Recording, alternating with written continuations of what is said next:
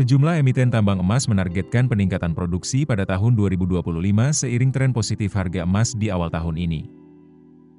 Direktur and Chief Investor Relations Officer PT Bumi Resources Minerals Tbk Herwin Hidayat mengungkapkan, pihaknya menargetkan peningkatan produksi emas pada tahun ini pasca capaian positif pada tahun 2024 lalu.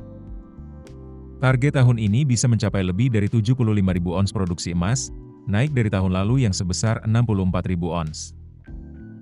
Herwin melanjutkan, raihan pada tahun 2024 lalu meningkat signifikan pasalnya produksi emas pada 2023 hanya sebesar 23.000 ons.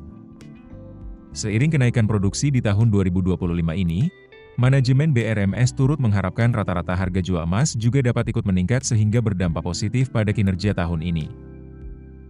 Kehadiran sejumlah proyek baru menjadi faktor pendorong target produksi emas BRMS pada tahun ini.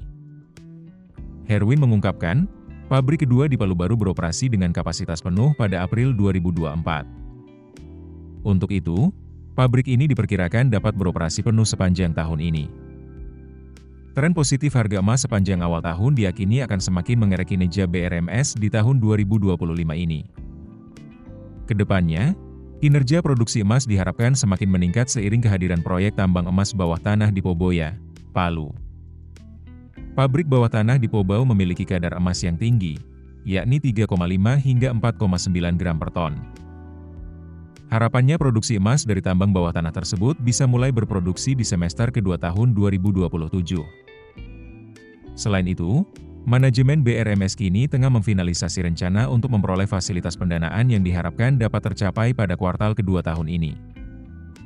Rencananya, dana yang diperoleh akan difokuskan untuk belanja modal dan modal kerja pengembangan tambang emas bawah tanah di Palu, pemboran dan eksplorasi peningkatan cadangan mineral tembaga di Gorontalo, dan pengembangan tambang emas di Linge serta tambang emas di Banten.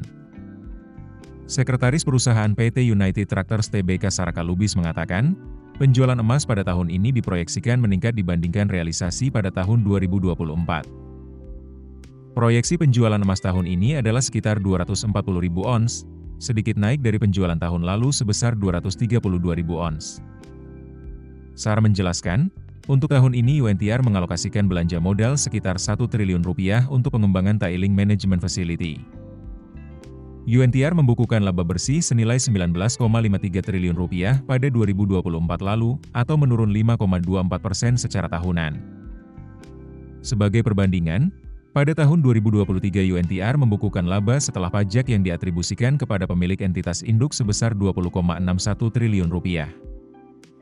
Penurunan laba ini terjadi saat pendapatan bersih UNTR meningkat 4,54% dari 128,58 triliun rupiah menjadi 134,42 triliun rupiah pada 2024. Secara khusus, pendapatan dari segmen pertambangan emas dan mineral lainnya melonjak sekitar 90% secara tahunan menjadi 9,9 triliun rupiah.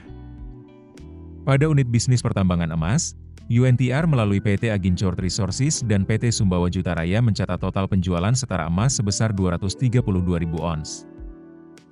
Meningkat sekitar 32% dibandingkan capaian tahun 2023. Sementara itu, Sekretaris Perusahaan PT Aneka Tambang Tbk Syarif Faisal Al-Qadri memastikan bahwa Antam menargetkan peningkatan produksi emas di tahun ini. Antam memproyeksikan, peningkatan produksi emas yang didukung oleh optimalisasi operasional tambang emas Antam seperti Pongkor dan Cibaliung. Meski demikian, Faisal belum merinci lebih jauh volume produksi yang ditargetkan untuk tahun ini. Merujuk keterbukaan informasi yang dipublikasikan di Bursa Efek Indonesia pada 10 April 2025, Antam melaporkan biaya eksplorasi sampai dengan Maret 2025 mencapai 45,54 miliar rupiah dengan fokus pada komoditas emas, nikel dan bauksit. Kegiatan eksplorasi emas Antam dilaksanakan di Pongkor, Jawa Barat dengan fokus pada kegiatan pengeboran yang terdiri dari in-mine drilling dan deep drilling.